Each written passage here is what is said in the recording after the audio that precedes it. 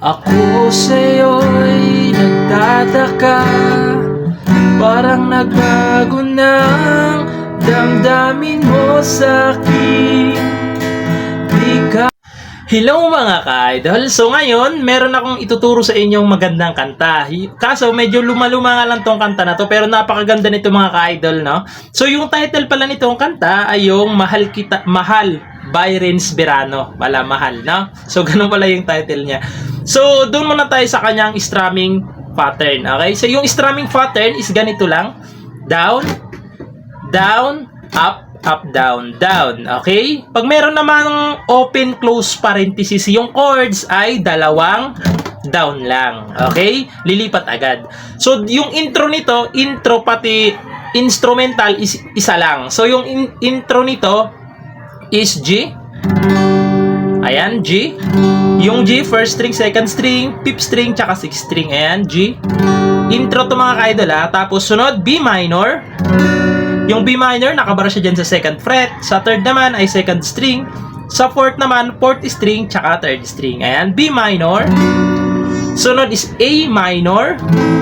Yung A minor, ito siya. Second string, fourth string, tsaka third string. Ayan, A minor. Sunod is D. Yung D, first string, second string, tsaka third string. Ayan. Ayan yan yung intro pati instrumental. Nasa buong instrumental eh mga ka-idol, no? So proceed na tayo doon sa kanyang verse.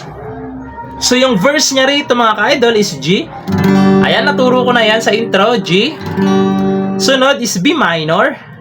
Naturo ko na din yan. Sunod is E. Yung E, ito siya. Third string, fifth string, tsaka fourth string. Ayan, E. Sunod yan, pupunta kayo ng A minor. Sunod is D. Okay? Yung limang chords na yan is 2 times yung gagawin. Okay? 2 beses yung gagawin. Pagkatapos yan, is sunod na doon is yung chorus. So, sasampulan ko ng kanta para mas maintindihan nyo, no? So, ganito siya pag kinantahan.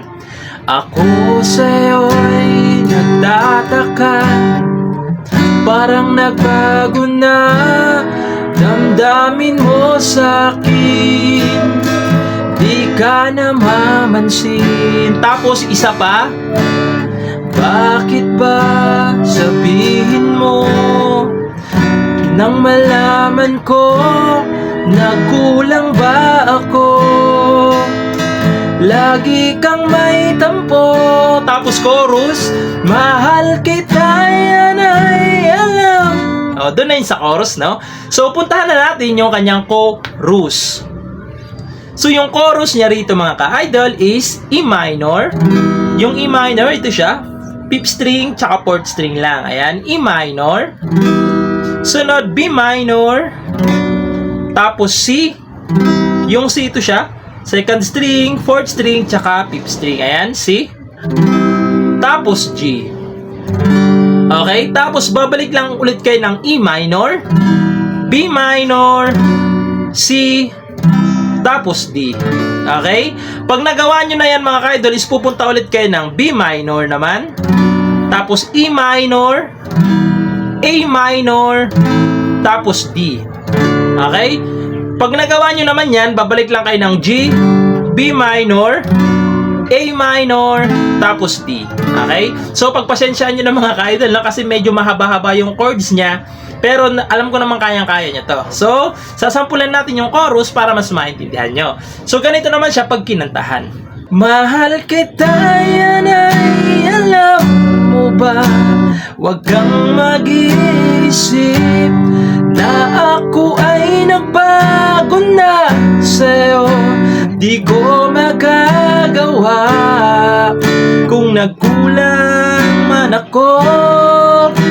Ako'y patawarin mo, mahal ko.